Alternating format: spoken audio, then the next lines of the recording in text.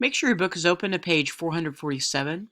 These are the notes for Chapter 6, Lesson 3. We're going to start by focusing on the vocabulary word linear relationship.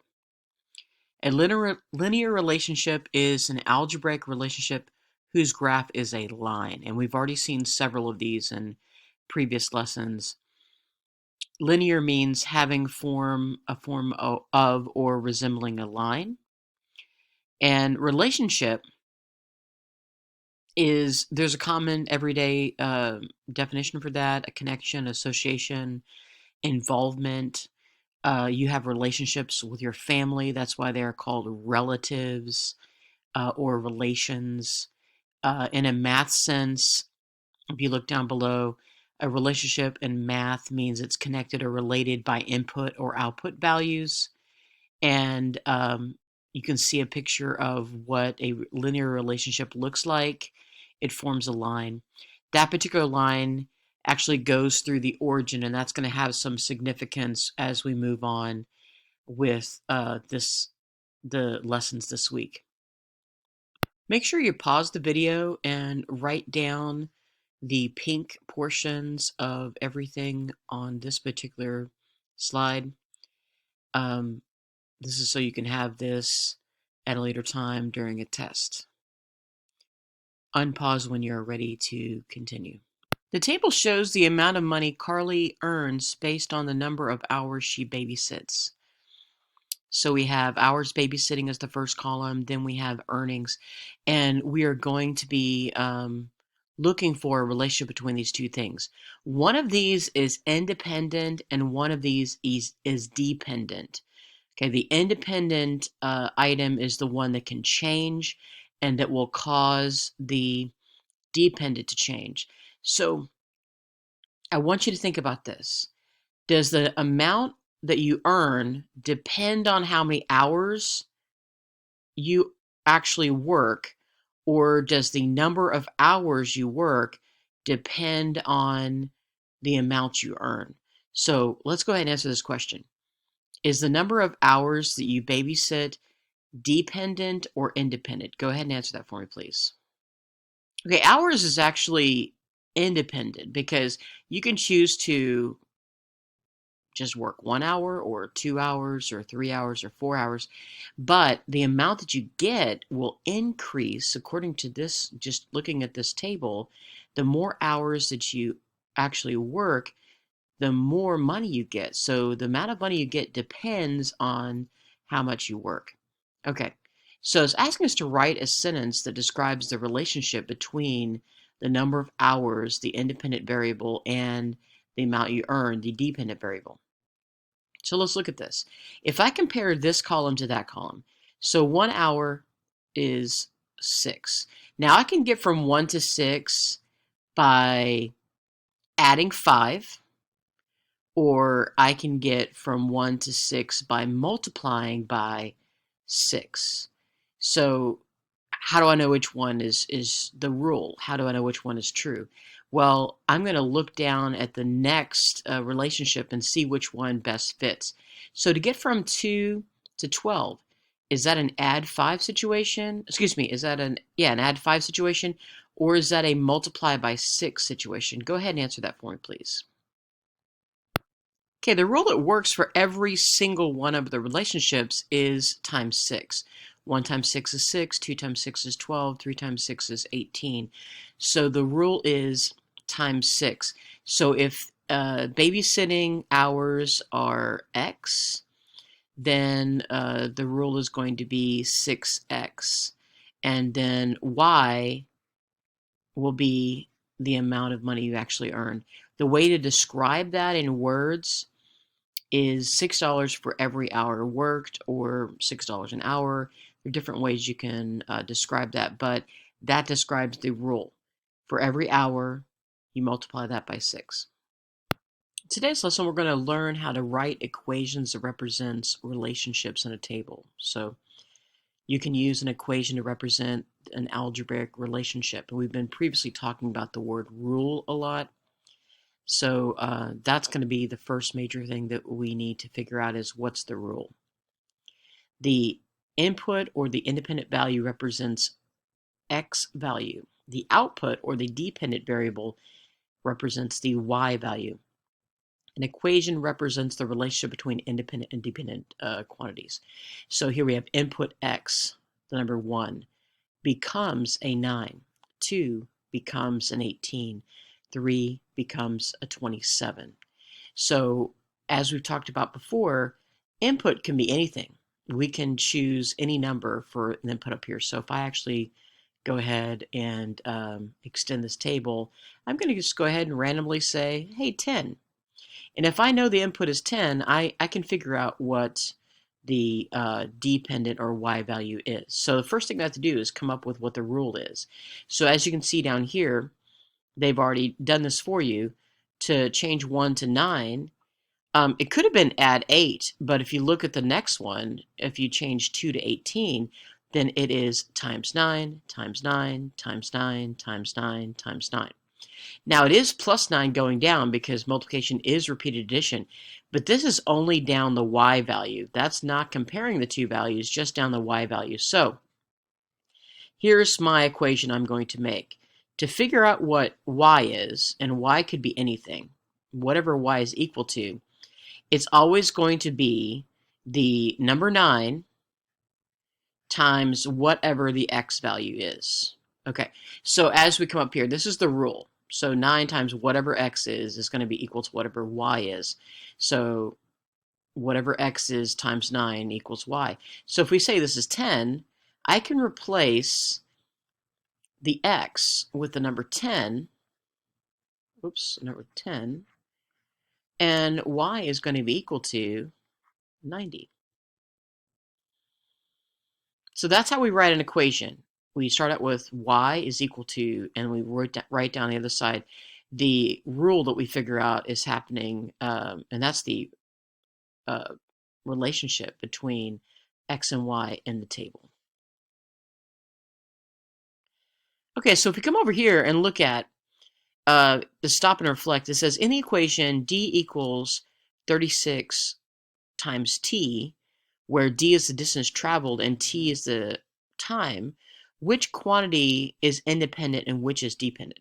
Okay, so is D dependent on the amount of time, or is time dependent on the distance? So distance dependent on time, or time dependent on distance. So if I change the T value, will the distance change? So let's go ahead and answer that. Which one is dependent, distance or time? Go ahead and answer that for me, please. Okay, so I've turned on the pink answers because I don't write as clearly as this. So time t is independent because the time multiplied by the constant will give you the distance, the dependent quantity. So distance depends on how much time. So if you are riding in a train that's going very slowly, you go 36 miles an hour. If you were to spend 1 hour on the train, you go 36 miles. If you spend 2 hours on the train, you go 72 miles. So however amount of time you choose to spend on the train is going to change the distance that you travel. So time is independent and distance depends on how much time you're on the train.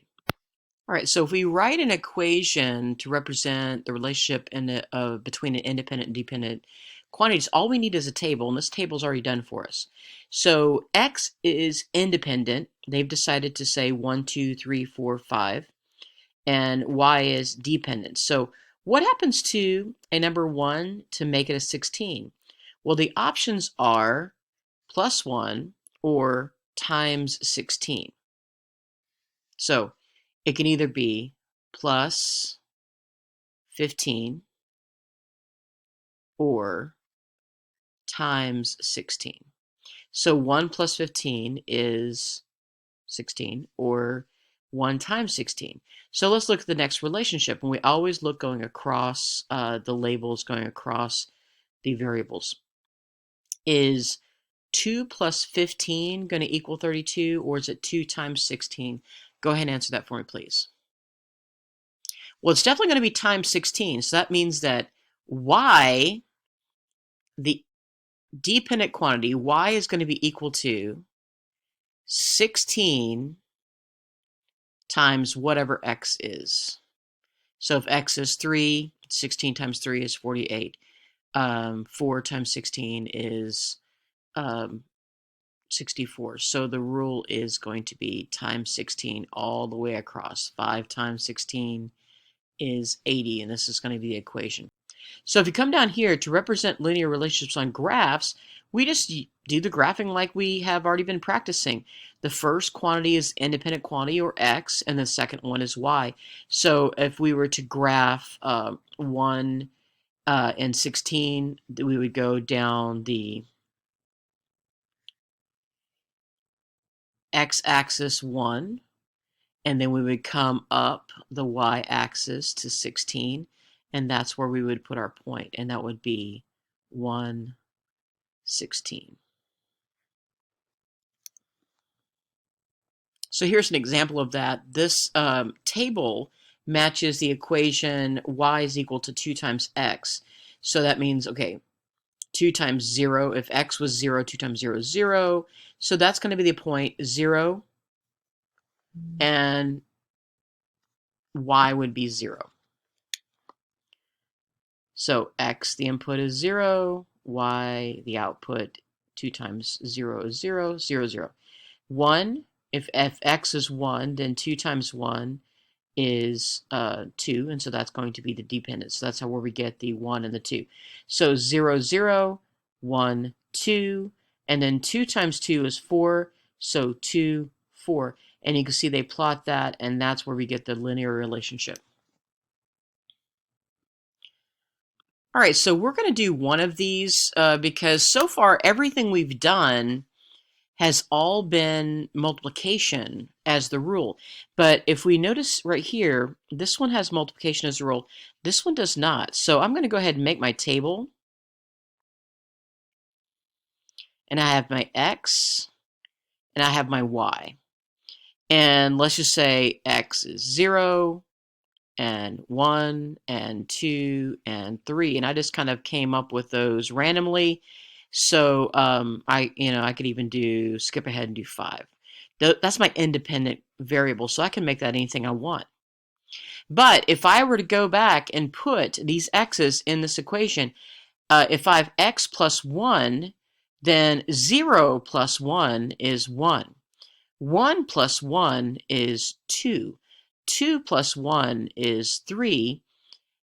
And then 3 plus 1 is 4. And then 5 plus 1 is 6. So now I have everything I need to graph over here. So the first value, so if x is 0, you'll see on the table that y has to be 1. Okay, so x is 0, y is 1. You know what? I did that wrong. Ignore that. X is 0, y is 1. Okay, so then we have x is 1, and y is going to be 2, because over here on the table we have x is 1, y is 2.